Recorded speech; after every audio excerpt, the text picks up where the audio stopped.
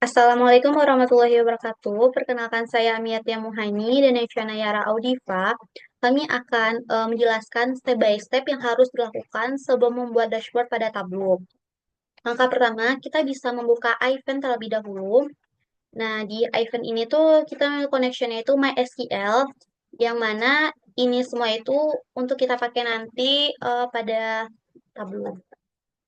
Nah, selanjutnya itu di tabel ini tuh untuk tampilan awalnya bisa kita lihat seperti ini. Dan kita pilih more. More di sini tuh kita pilih MySQL. MySQL. Nah, yang server port database ini tuh kita sesuaikan lagi dengan event yang telah ada seperti ini untuk kolom-kolomnya. Nah, nanti bisa kita sign in setelah mengisi ini semua. Oke.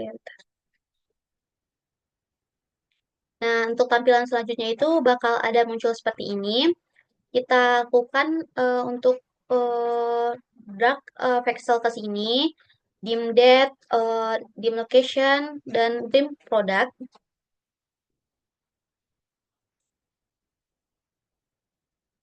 Nah, eh,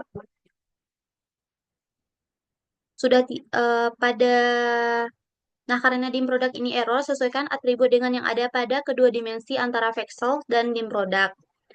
Kita sesuaikan terlebih dahulu. Product ID, ini operatornya tetap sama dengan, dan ini product ID. Eh, nah, sudah tidak error lagi kan? Yang penting jangan lupa juga untuk pada connection yang ini dipilih ekstrak karena sudah kepilih ekstrak ini untuk supaya dapat datanya itu bisa di-load seperti itu.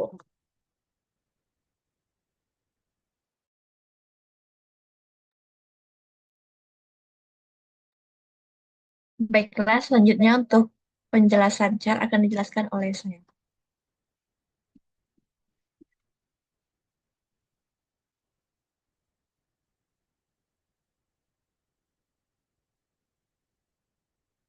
Oke, untuk chart yang pertama yaitu bullet chart, kami menggunakan KPI yaitu target penjualan produk per subkategori di tahun 2023, di mana kami di sini menggunakan data total sales pada tahun 2023 dan kemudian data target 2023, di mana untuk targetnya ini itu 10% meningkat daripada tahun 2022.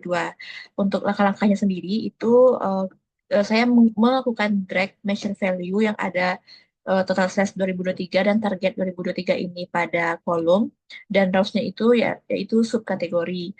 Nah, mungkin saya akan melihatkan untuk rumus target 2023 yang mengalami increase itu untuk rumusnya sendiri bisa diklik di sini lalu edit. Nah, rumusnya itu menggunakan if else dan sum. Nah, selanjutnya untuk chart yang dihasilkan akan terjadi seperti ini dan ada dua warna bar ya, ada warna bar orange dan warna biru di mana bar warna orange menunjukkan bahwa target tidak tercapai, dilihat pada sales versus target itu gagal. Dan untuk yang biru ini berhasil dikarenakan penjualan melebihi target dan target itu ditandai dengan garis yang berwarna merah seperti ini. Nah, untuk kesimpulannya sendiri, karena tidak semua subkategori produknya itu berhasil melewati target, maka untuk KPI masih belum tercapai. Untuk selanjutnya akan dijelaskan oleh Ani.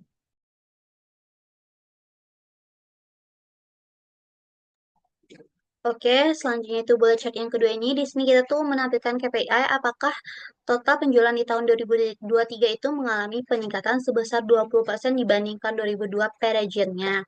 Nah, di sini dapat terlihat bahwa KPI-nya itu sudah melebihi target. Bisa dilihat dengan yang garis hitam itu merupakan targetnya dan semuanya itu sudah melebihi target. Nah, di columns-nya itu ada target revenue-nya dan di rows itu ada region-nya. Mungkin bisa ditampilkan untuk eh,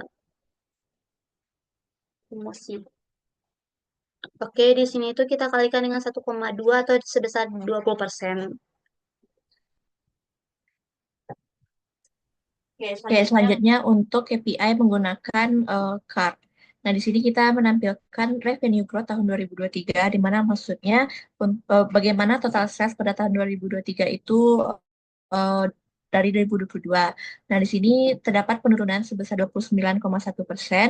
Eh, ha- Angka ini kita dapatkan dari rumus revenue growth persen, yang mana untuk rumusnya sendiri itu kita dapat menggunakan if else, dengan untuk else-nya sum total penjualan tahun 2023 dikurang total penjualan tahun 2022 dibagi dengan total penjualan pada tahun 2022. Maka didapatkanlah hasil seperti ini, yaitu penurunan total penjualan di tahun 2023 sebesar 29,1% dari tahun 2022. Oke, next.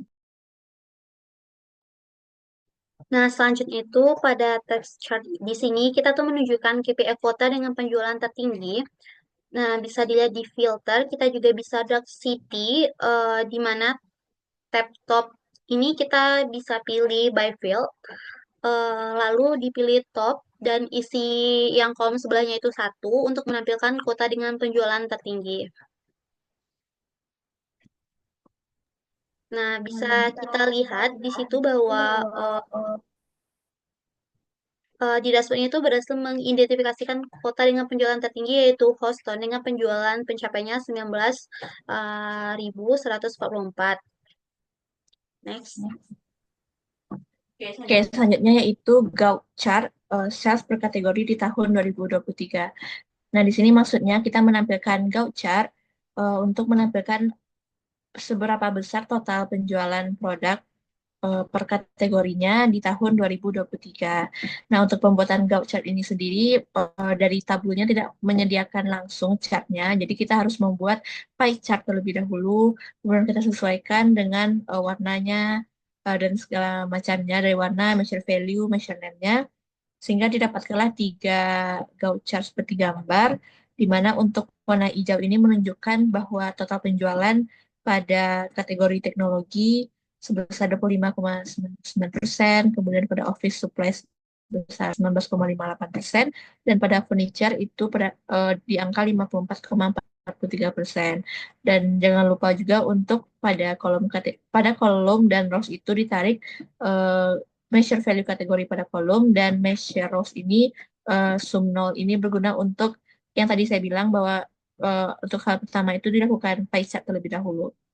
Jadi untuk Sumno ini salah satu langkah untuk bisa membuat Gantt chart-nya. Next.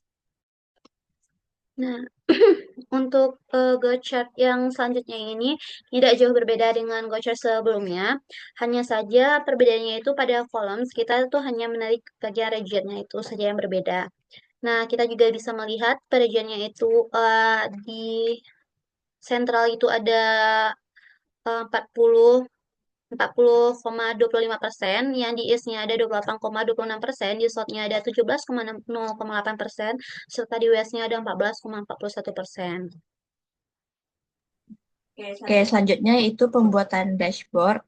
Nah, untuk hasil akhir dari dashboard yang kita bikin itu seperti yang ada pada layar. Untuk cara membuatnya mungkin saya bisa menjelaskan secara general saja. Nah, jadi untuk langkah yang pertama kita bisa pilih kontainer untuk memasukkan chartnya. Jadi pada bagian sebelah kiri bawah ada objek, kita bisa klik horizontal container lalu di drop di lembar yang kosong.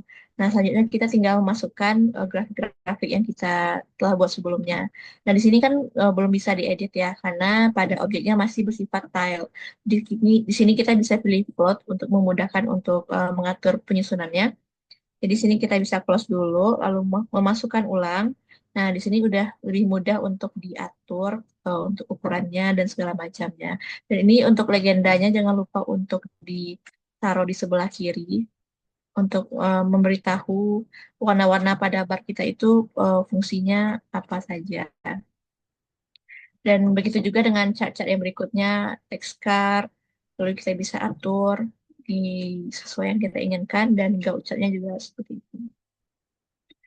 Nah, kurang lebih seperti itu, dan ya ini adalah hasil dashboard yang telah kami rancang dari tabelnya. Baik, mungkin untuk penjelasan mengenai langkah-langkah pembuatan dashboard di Tableau sudah selesai kami sampaikan. Semoga bermanfaat. Terima kasih.